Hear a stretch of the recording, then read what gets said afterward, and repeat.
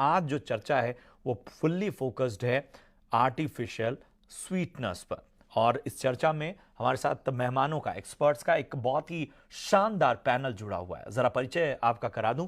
हमारे साथ श्रेया शिवांगी हैं, जो कि इंटरनेशनल सर्टिफाइड लाइफ कोच हैं, माइंडफुलनेस कोच और फाउंडर हैं और सीईओ हैं तत्वम राइजर्स से।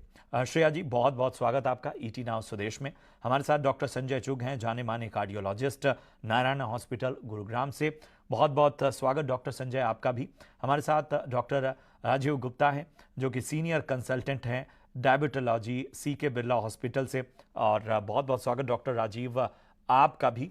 और हमारे साथ एक और बेहद खास मेहमान जुड़ी हुई हैं, और वो हैं जानी मानी डाइटिशियन नीलम अली जी। नीलम, बहुत बहुत स्वागत आपका हमारी इस खास चर्चा में। सबसे पहले डॉक्टर संजय, मैं आपके पास आना चाहूँगा। एक जो ये पूरी चर्चा है और ये जो पूरी रिपोर्ट है, मेरे ख्याल से तमाम डॉक्टर्स और एक्सपर्ट ने इस रिपोर्ट के हर पहलू को बड़े गौर से देखा होगा, समझा होगा। क्या ये कंसर्न, मुझे ऐसा लगता है कि जो भी गंभीर डॉक्टर रहे हैं और जो भी अपनी रिसर्च पेश करते रहे हैं, ये कंसर्न पहले भी मेरे ख्याल से जाहिर किया जाता रहा है। ये आर्टिफिशियल स्वीटनर्स का चलन बढ़ा कैसे, क्यों बढ़ा, क्या, और ये किस तरह से काम करते हैं? जरा सबसे पहले मैं अपने दर्शकों के लिए आसान भाषा में ये समझना चाहूंगा।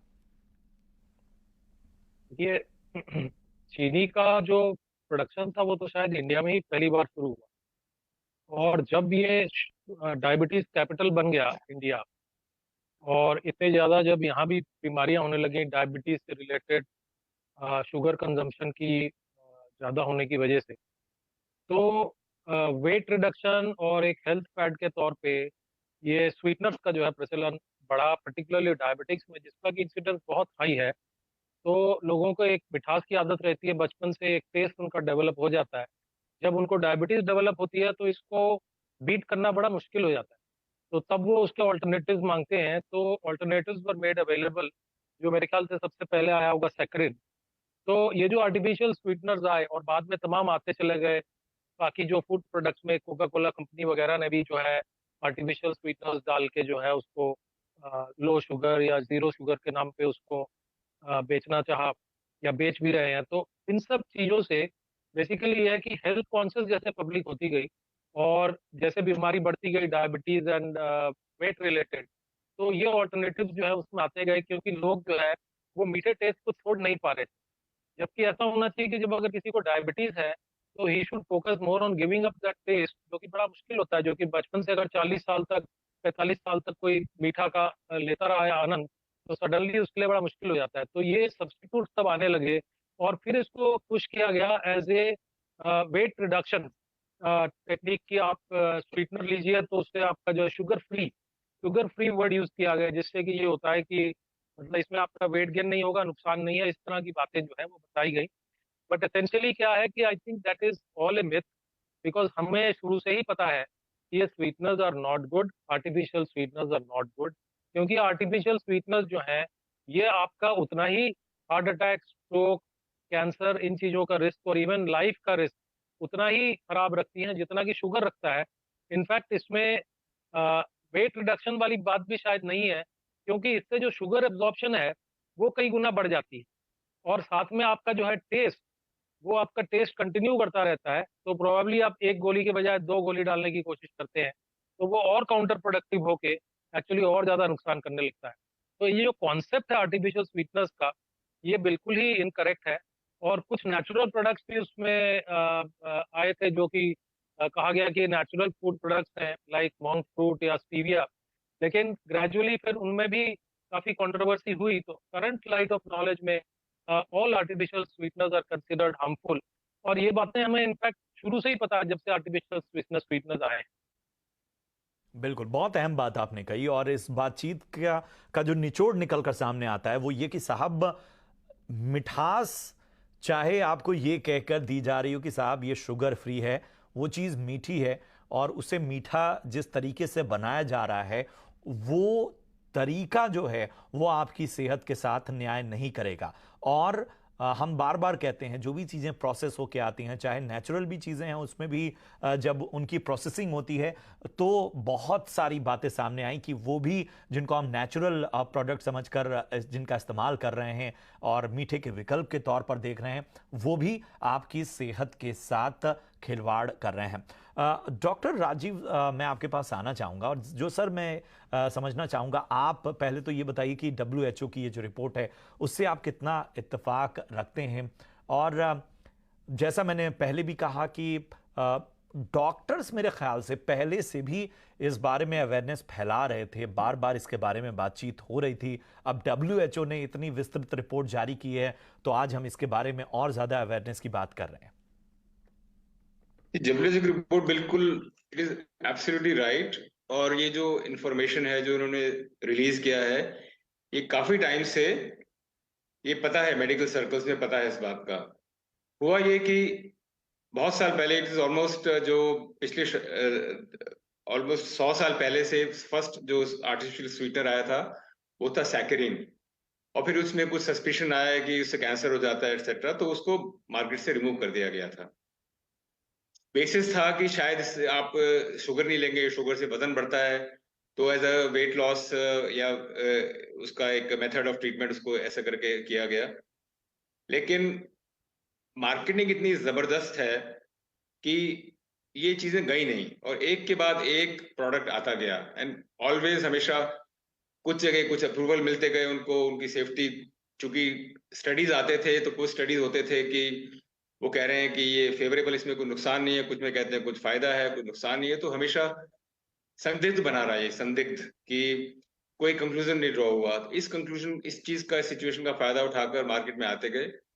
लेकिन डब्ल्यूएचओ की रिपोर्ट ने एटलीस्ट एक चीज को जाहिर किया कि जो इसके बेनिफिट्स हैं, जो क्लेम्ड हैं, उनका कोई साइंटिफिक एविडेंस नहीं है। कॉन्ट्रैरिली उससे नुकसान है।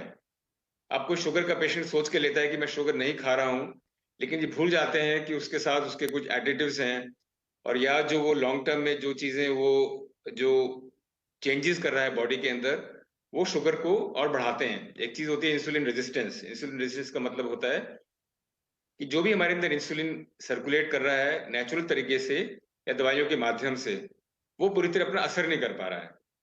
तो ये जो आर्टिफिशियल स्वीटनेस है, इनसे इंसुलिन रेजिस्टेंस बढ़ता है और शुगर कंट्रोल बेटर होने के बजाय वर्सन होता है।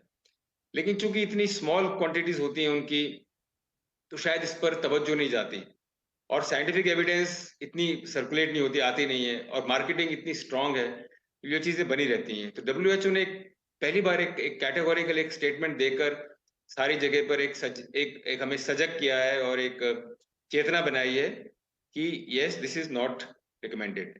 ये भी देखा गया कि जो लोग लेते हैं उनको शुगर नहीं होती, उनको शुगर डेवलप हो जाती है।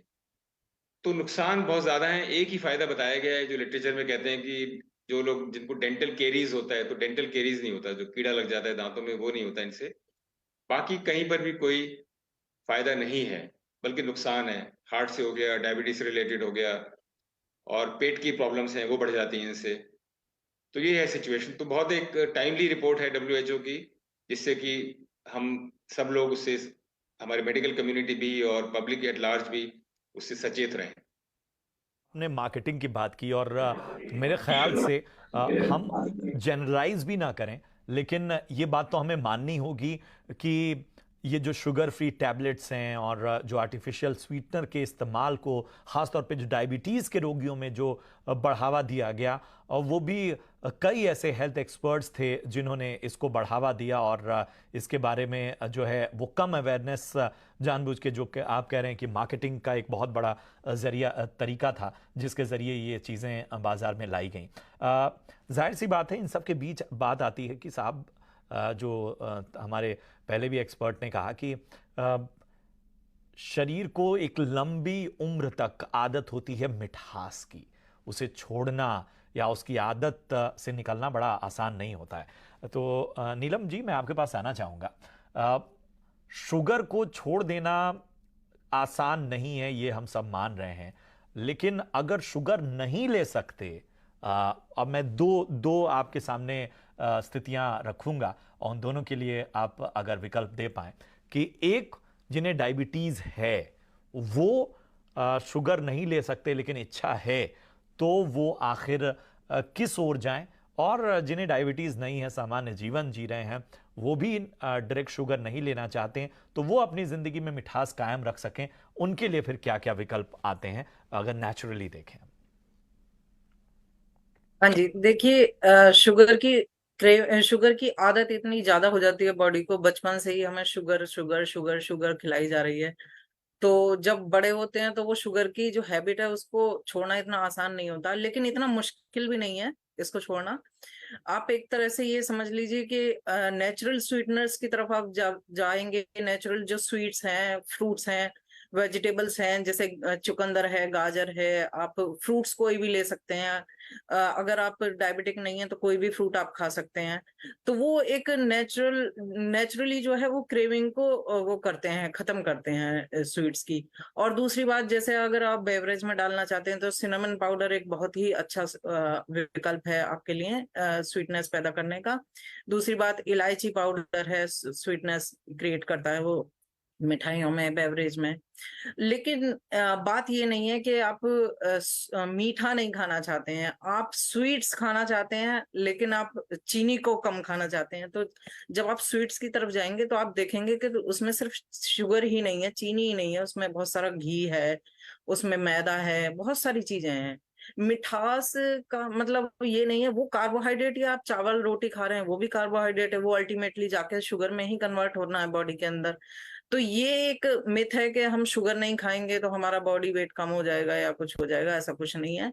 डायबिटीज के पेशेंट भी थोड़ा बहुत फ्रूट वगैरह तो ले ही सकते हैं, और अगर उन्हें चाय में भी शुगर की क्रेविंग है तो थोड़ी बहुत चीनी डाल सकते हैं। लेकिन वो करना क्या है कि साथ में आपको सिनेमन पाउडर उसमें डालना है। दूसरी बात, जब भी आप चाय ले रहे हैं तो आप अकेले उसको ना लें, चाय के साथ कुछ आप कोई एक ऐसी चीजें ले सकते हैं, जैसे नट्स हो गए, मखाना हो गया, ये ले सकते हैं। तो उसका ग्लाइसेमिक लोड जो है वो बहुत कम हो जाता है। तो आपका जो लॉन्ग टर्म में शुगर स्पाइक होने वाला होता है वो नहीं होगा। तो अगर HbA1c लेवल 6 से नीचे है तो थोड़ी बहुत चीनी की कोई वो नहीं है, और चीनी ले सकते हैं थोड़ी बहुत। लेकिन मैं इसकी तरफ ध्यान आपका आकर्षित करना चाहूंगी कि जो लोग कैलोरी डेफिशिट होने के लिए शुगर छोड़ते हैं, उनके लिए, उनकी तरफ मैं आपको एक क्लियर करना चाहती हूँ एक बात। शुगर में जो कार्बोहाइड्रेट में जो कैलोरी होती है वो 1 ग्राम में 4 कैलोरी होती हैं। तो अगर आप 20 ग्राम भी शुगर पूरे दिन में कंज्यूम कर रहे हैं तो ऑलमोस्ट 80 कैलोरी आप ले रहे हैं। और 80 कैलोरी मैं नहीं समझती हूँ कि एक रोटी कम खा लेने से भी 80 कैलोरी को आप कम कर सकते हैं। बात वो है कि शुगर, आप डायरेक्टली जो शुगर आप खा रहे हैं, प्रोसेस्ड शुगर आप खा रहे हैं, वो आपकी गट हेल्थ को इफेक्ट करती है, यानी कि आपके गट माइक्रोबायोटा को खत्म करती है वो चीज। तो गट हेल्थ बिगड़ती है इससे, उसके बाद आपकी लाइफ में कॉम्प्लिकेशंस शुरू होते हैं। सारी जो ज्यादातर 80% 90% बीमारियां जो है वो गट की वजह से शुरू हो जाती हैं। गट और ब्रेन एक कम्युनिकेशन होता है वो हमारा बंद हो जाता है। इसकी वजह से ज्यादा शुगर नुकसान देती है, ना कि कैलोरी की वजह से। ठीक है, बहुत अहम बात आपने कही। और ये चीज़ समझने वाली बात है कि जब आप लंबे वक्त तक शुगर का इस्तेमाल करते हैं तो किस तरह से आपकी गट हेल्थ प्रभावित होती है। और जैसा बताया नीलम जी ने कि फिर जो ब्रेन की सिग्नलिंग है, और जो हम एक बहुत सारी चीज़ों में एक तरह की, जैसे हम मिठास की ओर आकर्षित होते हैं, हम ये मानते हैं कि वो एक तरीका है। और आर्टिफिशियल स्वीटनर के केसेस में भी यही देखा गया है कि वो आपके ब्रेन के उस हिस्से को जो है वो एक्टिव करता है, जिससे आपकी जो वजन बढ़ने की बात कही जा रही है उसमें भूख बढ़ने लगती है, भूख कम होने की बजाय भूख बढ़ने लगती है, और ये इसका रिवर्स इफेक्ट भी देखा जाता है। श्रेया जी, मैं आपके पास आना चाहूँगा। अब ये सारी चीज़ें हो गई, जब बात आ गई कि साहब मन कर रहा है, दिमाग सिग्नल दे रहा है, मिठास जो है वो छूटे नहीं छूटती, तो फिर तरीका क्या है, इस शरीर को नियंत्रित कैसे किया जाए? क्या करे, कंट्रोल नहीं होता। और ये बहुत पावरफुल सेंटेंस है, तो आई डोंट थिंक हमें किसी को जज करना चाहिए। और यहाँ पे मैं वापस से लाना चाहूंगी, हम लोग अपने कॉर्पोरेट में, बिजनेस में स्ट्रैटेजिक वर्क करते हैं, हमें स्ट्रैटेजिक लिविंग की जरूरत है। तो मैं इसे अगेन एक वेन डायग्राम मॉडल की तरह देखती हूँ, जिसमें पहला सर्कल और घेरा है माइंडफुल अवेयरनेस। अभी हमें डॉक्टर संजय ने बोला और आपने भी बोला, हैबिट में फंस गए हैं। तो माइंडफुलनेस वर्ल्ड में हम लोग इसे बोलते हैं ऑटो पायलट मोड। डू बिना बिना सजग हुए, बिना माइंडफुल हुए हम कुछ करते जा रहे हैं। तो सबसे पहले, अब चूंकि रिपोर्ट आई है और आप लोग इतनी अच्छी समरी शेयर कर रहे हैं, हमें अवेयर होना होगा mindfully in the now moment. और जब अपने हैबिट्स को हमें वापस से स्ट्रैटेजिकली रिव्यू करना होगा, क्या मैं इसमें फंस गया हूं। फिर हैबिट रिलीजर्स होता है माइंडफुलनेस वर्ल्ड में, स्टॉप मेडिटेशन करके भी है। तो उन सब चीजों से आप एम्पावर होंगे। तो पहला हुआ माइंडफुल अवेयरनेस, पहले सजग हो क्या रहा है, मैं कर क्या रहा हूं, मैं खा क्या रहा हूं। उसी पे जाते हैं दूसरे पे, माइंडफुल ईटिंग। अभी क्या है, कुछ भी आया, अभी नीला मैम बता रही थी राइट, कि आया, दिल किया, कंट्रोल नहीं हो रहा। तो जब हम लोग माइंडफुलनेस वर्ल्ड में माइंडफुल ईटिंग कहते हैं, उसका मतलब आप स्लो डाउन हो जाते हो अपने 5 सेंसेस को यूज करते हुए, मे बी 6 भी।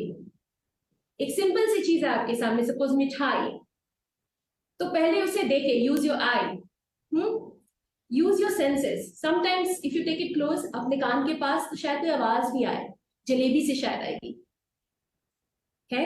उसे फिर अपने स्मेल करें, थर्ड सेंस, उसे टच एंड फील करें। तो जब आप इसमें क्या हो रहा है ना कि स्लो डाउन हो जा रहे हो, और अपने सॉलो करने से पहले पहला स्टेप आता है, उसे फील करें, लिप्स पे, टंग पे, माउथ के अंदर च्यू करें, बट सॉलो ना करें। और जब सॉलो करें तो फॉलो करें वो आपके बॉडी में कहाँ जा रहा है, और क्या वो जलेबी मेरे बॉडी का पार्ट बन गया।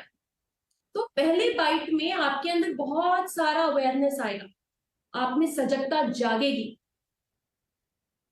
फिर आता है तीसरा घेरा, which is mindful self compassion. जब आप ये सब कुछ कर रहे हैं, क्या होता है, हम लोग गिल्ट में फंस जाते हैं। गिल्ट में आके फिर रात में बैठ के चॉकलेट पूरा का पूरा केक खा लिया, या मिठाई का डब्बा साफ हो गया।